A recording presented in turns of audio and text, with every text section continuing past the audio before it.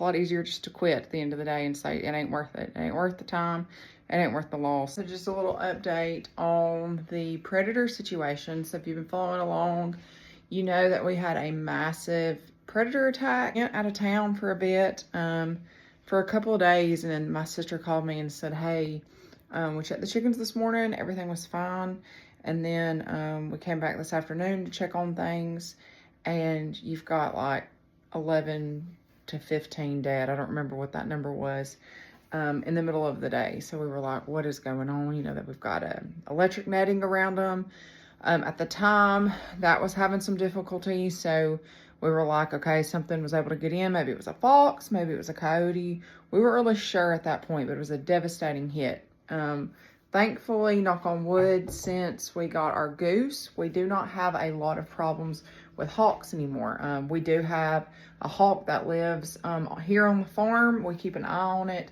And since we got the goose, and I think the turkey helps, haven't had hawk attacks. We're like, well, look, maybe the goose is just not doing its job well. Well, anyways, didn't really know. We came home the next day, some things situated with the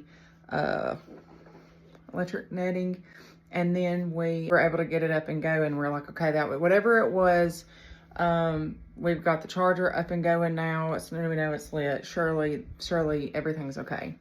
Before that big attack, we had lost, Josh had walked out one morning, I think we had 3 or 4 dead, and we were like, then we were thinking hawk, like, okay, maybe. And then it was, you know, almost a week we didn't have any. So we'd already lost a few before that huge attack. Got the netting fixed. It had been days. And then Josh walked out there the other morning, and it was like a massacre. So, all that being said, we got our trap set up, 3 traps set up. We have some friends give us some raccoon traps. We posted on social media. Lots of great feedback from y'all. Appreciate that.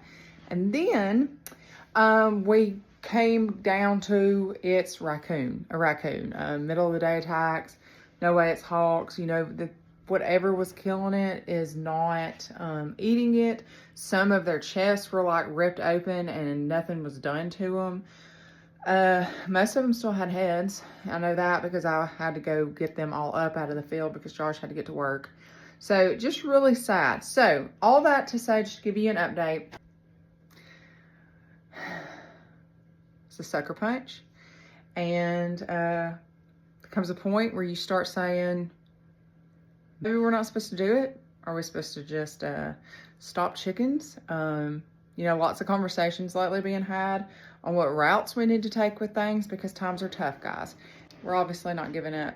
You kind of sit on it a few days, you persevere, and you decide, well, this is at least 3 weeks in the making. So 21 days to hatch out eggs.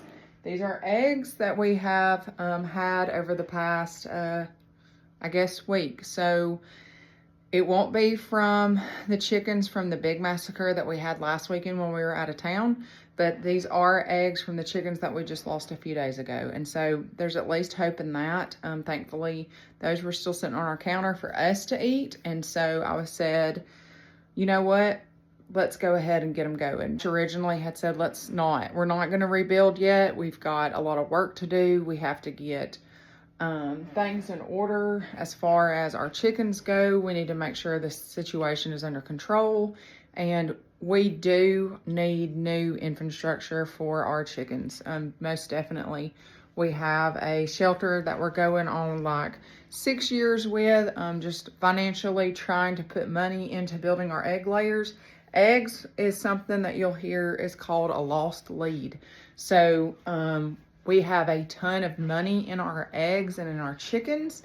And even though we get a higher price for them because we do the soy-free and the corn-free, GMO, all that good stuff, rotate them on pasture, buttload of working time in them, we're not making anything on our eggs at the end of the day. It's called a lost lead. So hopefully when somebody's purchasing eggs, they're purchasing something else so we can make at least a little bit of money.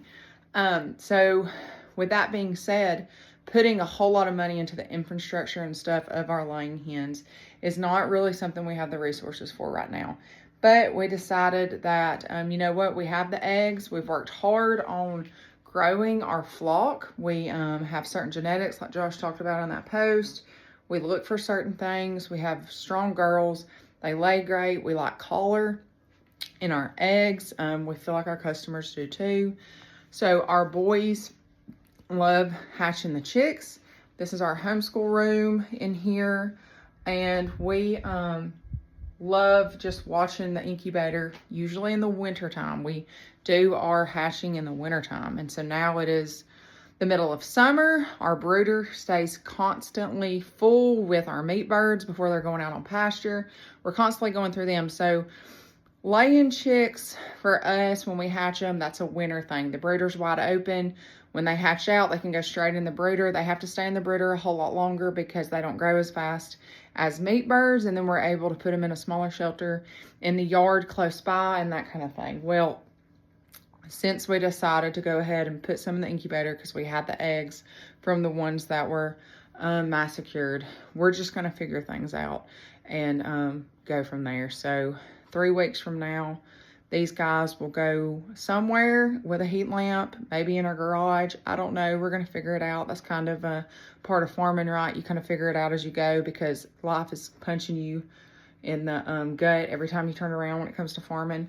And so we're going to figure it out, because if I don't do it, if I were to crack these eggs and put them in a pan, I think at the end of the day I would regret it. And then 3 weeks from now or 5 months from now, I'd be looking back and saying, I wish I would have. And maybe I won't, but at least I've, tried. So that's where we are. We got 22, I believe.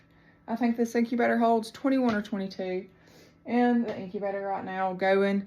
3 weeks from now, we're hoping that we have some. I will say this, in the wintertime, we hatched out, we had 2 of these going, so say around 40 chickens, and I think about 20 of those were roosters. So I'm hoping we let one rooster run with a flock for instances like this, thank God. The others we just go on and sell, because we don't want a million roosters running around. So when we say that we have a lot of overhead in our chickens, you got to think about the time. So the time that we have in these on top of the quality feed that we have, and then the life that they have here is we're consistently rotating them through and doing all the things. We have a lot in our chickens. We probably have lost close to $1,000 worth of money in chickens just in the past couple of weeks. So it's a huge hit for us. Might not seem like that big of a deal, but it really is. You think one chicken every now and then over time, it's not that big of a hit, but when you lose something like this, it's huge. We have a lot of time in it. We have a lot of work. These guys will take 3 weeks to hatch out, then a lot of brooder work to get them up to where they're going. Then your percent loss in how many roosters you have that aren't going to produce jack for you, we'll turn around and flip them for a little of nothing, because who wants roosters really at the end of the day? They're not good eating. These are, more your smaller birds. These aren't meat birds. And so you've got all these logistics wrapped into it, but there is hope. And maybe if nothing else through this, we just teach our kids that you continue on, even through loss. And I feel like sometimes that gets harder and harder to do, because it's really a lot easier just to quit at the end of the day and say, it ain't worth it. It ain't worth the time. It ain't worth the loss. And who knows where we'll be. But we have applied for some grants, some smaller grants specifically for our poultry side of things, especially when it comes to specifically for our laying hens. So we did that weeks ago, applied for a grant, and we really are just hoping that we get it, and that maybe God's going to open those doors and set us up to where we are able to function better with our laying hens and provide these quality eggs that our customers love and that we love for our family. And he knew that was going to happen, and so maybe he's just preparing for what's to come. A little glimmer of hope. And so that's the latest update. 10 minutes to say all that. We've got eggs in the incubator. As far as the traps go, we have caught nothing, but like I said, we had attacks. We would go days, even weeks, then we would get hit again. So I think like whatever it is, the raccoons, whatever, get their fill, have their fun.